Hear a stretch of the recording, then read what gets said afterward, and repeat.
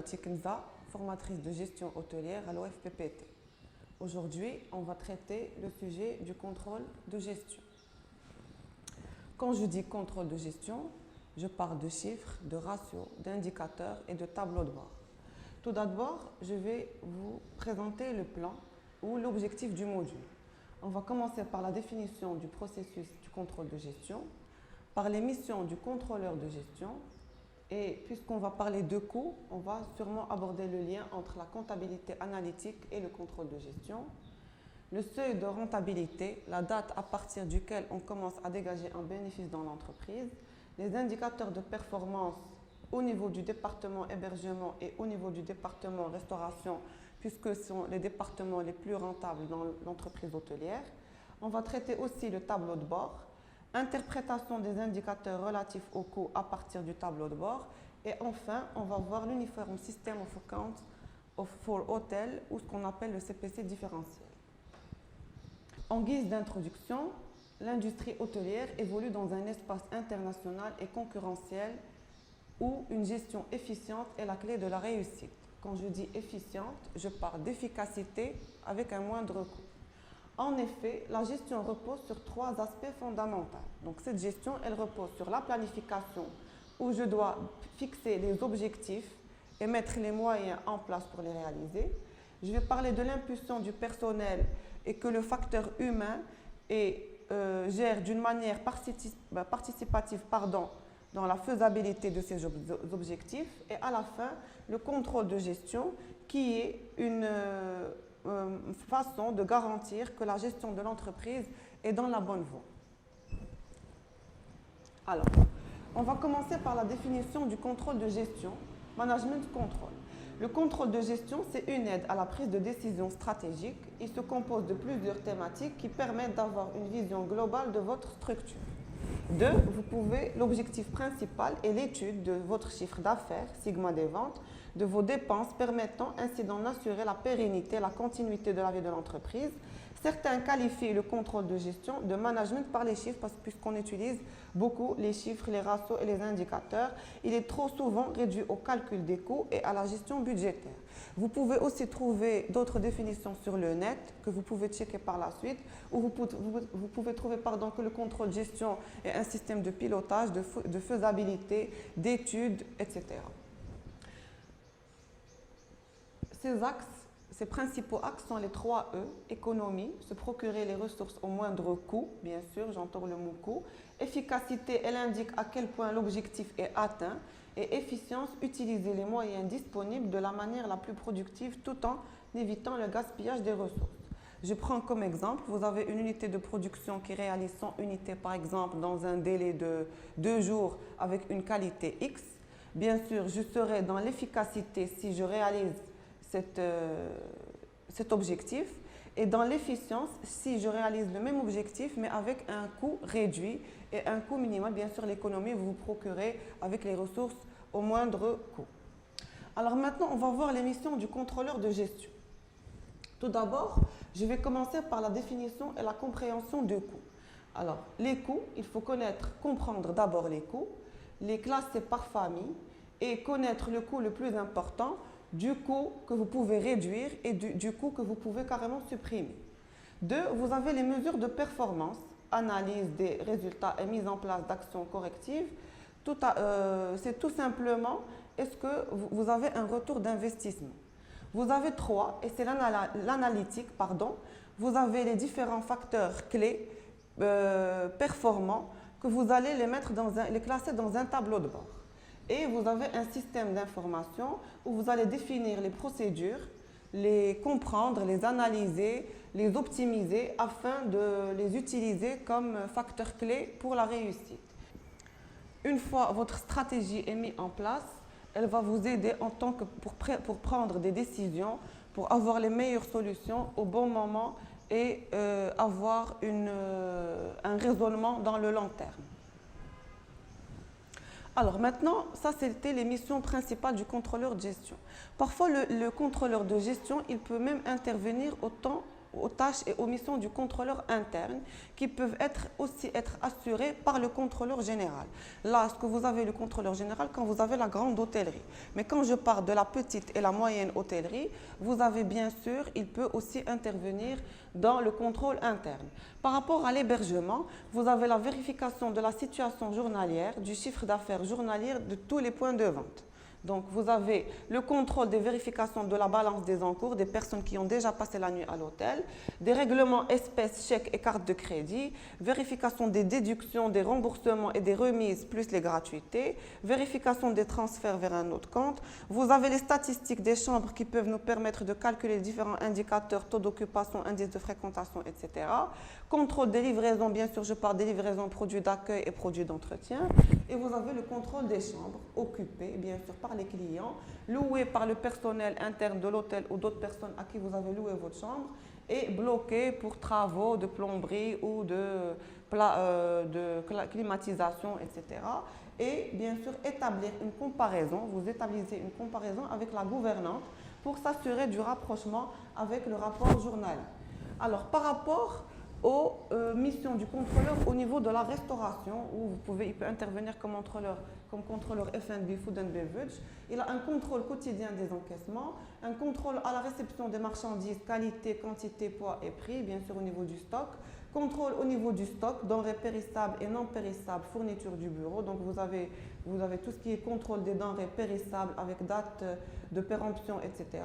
Pour les denrées non périssables et pour la fourniture avec la concordance avec les bancs, le journal des annulations, des déductions, des corrections, ce qu'on appelle les mouchards, et vous avez l'analyse des ventes, journal des offertes. Alors maintenant, le lien entre la comptabilité analytique et le contrôle de gestion. Depuis qu'on a commencé le cours, on n'a pas cessé de parler de coûts. Quand je parle de coûts, je parle automatiquement de comptabilité analytique. Alors, la comptabilité analytique est un véritable outil de contrôle, de gestion, qui repose essentiellement sur le calcul des coûts en vue d'éclairer les prises de décision.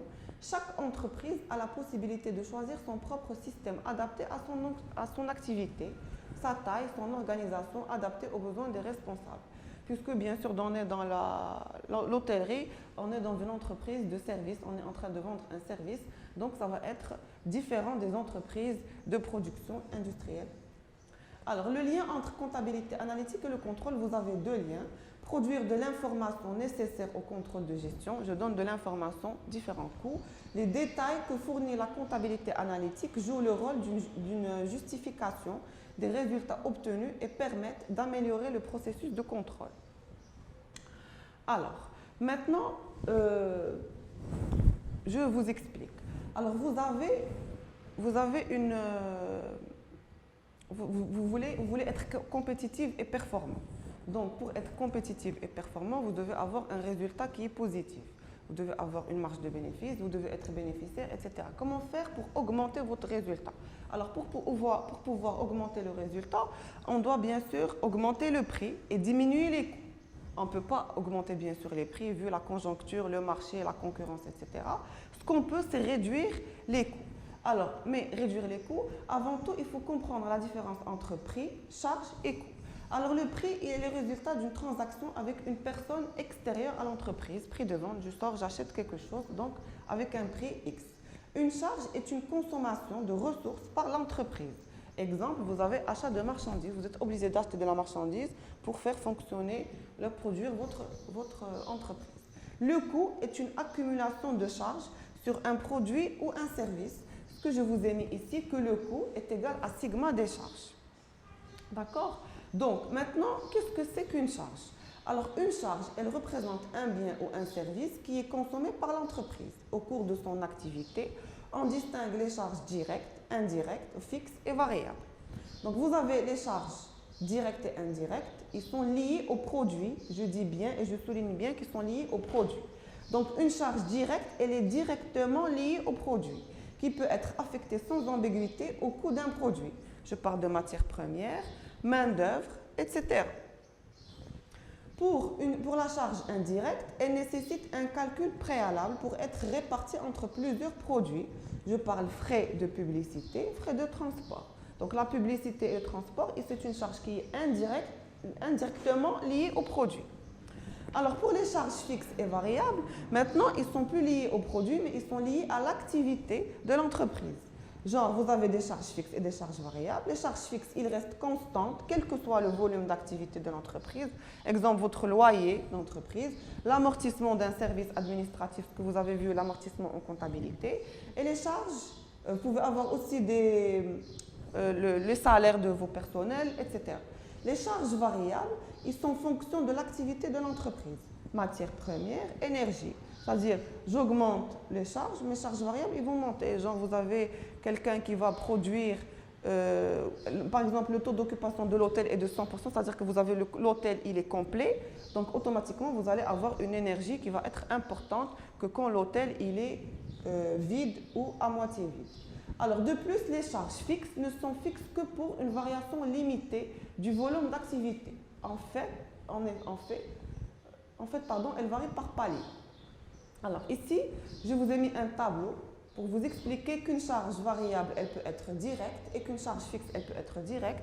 Qu'une charge variable, elle peut être aussi indirecte et vous pouvez avoir une charge fixe qui est aussi indirecte. Des exemples, matières premières, certains frais du personnel, bien sûr, qui sont intérimaires. C'est-à-dire si je fais beaucoup plus d'heures supplémentaires, je vais être payé sur les heures supplémentaires que j'ai effectuées. Fixe, les frais du personnel, vous avez un salaire fixe et vous avez un loyer par exemple. Indirect, vous avez l'énergie et vous avez frais administratifs. Maintenant, la typologie des coûts. Alors, selon le stade d'élaboration, je vous ai fait ici un schéma où je présente la typologie des coûts. Vous avez tout d'abord un prix d'achat plus frais liés à l'achat, ce qui me donne un coût d'achat ou un coût d'approvisionnement. L'approvisionnement, c'est l'achat répétitif. Vous achetez toujours la même chose au bon moment, bien sûr, à un moment précis. Vous avez plus charge de production, il vous donne un coût de production. Vous êtes dans le stade de production. Plus la charge de distribution, vous avez un coût de revient. Plus la marge de bénéfice, vous avez votre prix de vente. Maintenant, vous allez me dire, j'ai prix d'achat et frais d'achat, je ne comprends pas la différence entre les deux. Exemple, je vais vous donner un simple exemple. Vous voulez par exemple faire une pizzeria, vous voulez faire une pizza. Vous allez acheter de la matière première. J'aurai besoin de farine, de viande hachée, de tomates, etc. Donc ça, c'est le prix d'achat. Mais les frais d'achat, c'est les frais qui sont liés à l'achat. J'ai pris un taxi pour aller chercher cette matière première, donc je vais automatiquement comptabiliser mes frais d'achat. Maintenant, on va voir après comment faire pour réduire ces coûts. Alors, prix d'achat plus frais liés à l'achat, c'est là où je peux bien sûr négocier avec un fournisseur, chercher le fournisseur le moins disant et lui proposer de me faire lui-même la livraison et d'essayer de réduire ses frais d'achat. Donc, j'aurai un coût d'achat ou un coût d'approvisionnement. Donc, une fois vous avez votre matière sur place, il vous faut un chef de cuisine qui va vous préparer votre pizza. Donc, vous avez le coût d'achat qu'on a calculé après, plus les charges de production. Vous avez le salaire de votre cuisinier, vous avez l'énergie, le four, vous avez l'électricité, vous avez le batteur, etc. pour essayer de faire votre pizza. À la fin, vous avez votre coût de production. Donc, j'ai le coût d'achat plus les charges de production, ça me donne un coût de production. Maintenant, une fois votre pizza est prête, donc il vous faut quelqu'un pour distribuer ce plat. Donc, vous pouvez avoir besoin d'emballage, donc ça rentre dans les charges de distribution. Vous pouvez avoir un livreur qui va vous livrer cette marchandise, où vous allez payer une moto, du carburant, etc. Et à la fin, vous avez votre coût de revient. Donc, vous calculez. Une fois que vous avez votre coût de revient, vous rajoutez votre marge de bénéfice. On avait vu en restauration, qu'on avait vu dans les fiches techniques, qu'on avait le coefficient 3. Peut-être que vous allez multiplier par 3, ça rentre dans plusieurs conjonctures et vous avez à la fin votre prix de vente. Pardon. Donc ici, je vous ai mis les relations. Vous avez coût d'achat, prix d'achat, plus charge sur achat, transport, service, approvisionnement, etc. Coût de production, coût d'achat plus charges liées à la production, main-d'œuvre, machine. Coût de revient, coût de production plus les charges liées à la distribution, publicité, services, etc. Et vous remarquez que vous avez des charges fixes, des charges variables, des charges directes et des charges indirectes.